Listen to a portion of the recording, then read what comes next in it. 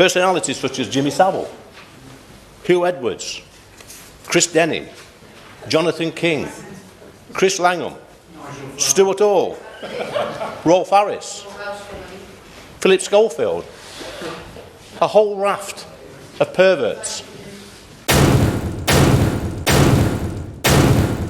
This is the moment they tried to shut him down and instantly regretted it. You're about to watch Reform MP Lee Anderson go on an absolute rampage in Parliament. First, he completely exposes the rot at the heart of the BBC, listing the names they don't want you to hear, and humbles a Labour MP who tried to be clever about money, but he didn't stop there. He then turned his sights on Keir Starmer's terrifying new Digital ID plan, asking the one question the Prime Minister refuses to answer. This is total humiliation for the establishment. If you want to see more videos like this, hit the like and subscribe button and don't forget to ring the notification bell so you don't miss a thing. Now let's watch this together and then I'll share my thoughts at the end. Under your chairship. Now I must know a different BBC from most MPs in this place today, because the BBC is a service that people are forced to pay for even if they don't use it. It's not fair, and people can even go to prison for not paying the fine, and it's normally the people that do go to prison for not paying the fine are young single mothers. And the BBC, as we all know, has been riddled with scandal for the past 100 years, but more so in the past few decades. And yes, I agree, the BBC has made some great programmes over the years, great documentaries, environmental programmes, etc. But they've also produced a whole raft of dodgy TV personalities, which probably nobody will mention in this room. Well, I'll tell you what, they do mention it outside in the real world. Personalities such as Jimmy Savile, Hugh Edwards, Chris Denning, Jonathan King, Chris Langham, Stuart Hall, Rolf Harris, Philip Schofield, a whole raft of perverts that have stalked the corridors of the BBC. And none of these here will talk about this. Not one of them. And mark my words, Miss Harris, there are still these creatures stalking the corridors of the BBC, and in the future their names will come out and come back to this. Would you like to intervene? No, I thought not. Look at what they've done. I'll have no chanting from a sedentary petition, please. Lee Anderson. Thank you, Miss Harris. Look what they did to Cliff Richard. Filmed a raid on his house, an innocent man. Look what they did to Princess Diana. Look what they did to Donald Trump, our closest ally. Bob Villan on the stage shouting, "Death, death to the IDF."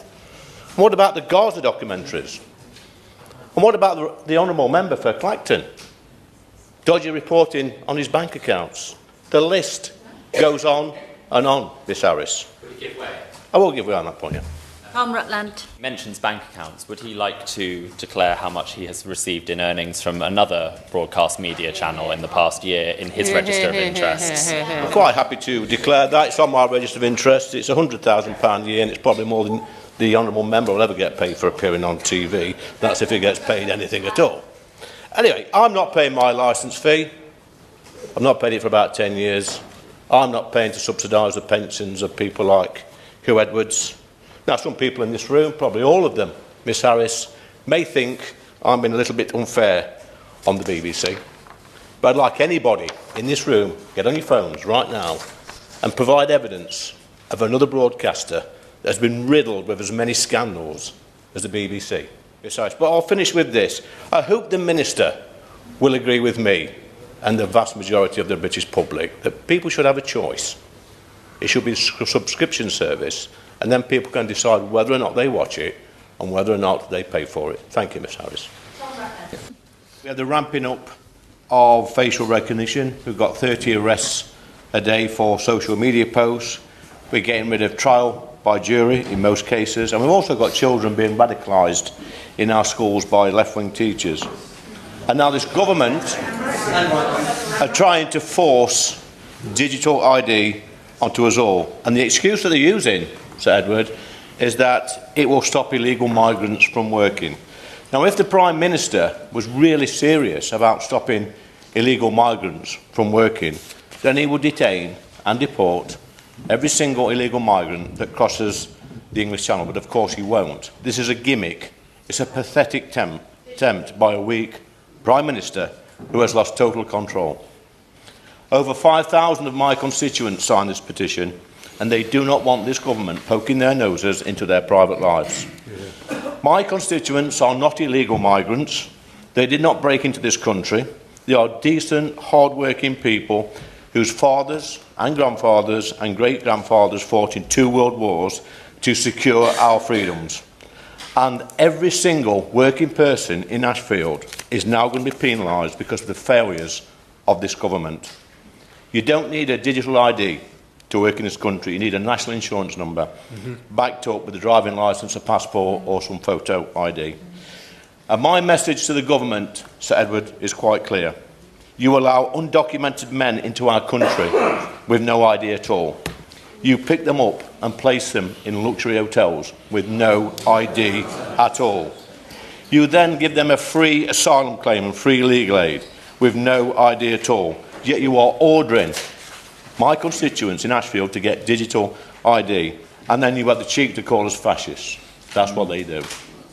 So just leave my constituents alone and concentrate on clearing up the mess that you lot created.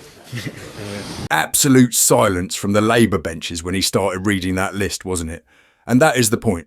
Lee Anderson just highlighted the 2-tier reality of modern Britain. On one hand, you have the BBC, a state-funded entity that demands your money under threat of prison, which has harboured some of the most grotesque scandals in our history.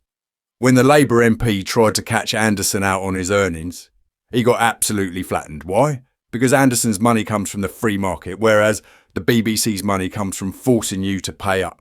And then look at the second part, digital IDs. This is the classic trick of a weak government. Keir Starmer cannot secure the borders. He cannot stop thousands of undocumented men arriving in hotels. So what does he do? He decides to police you.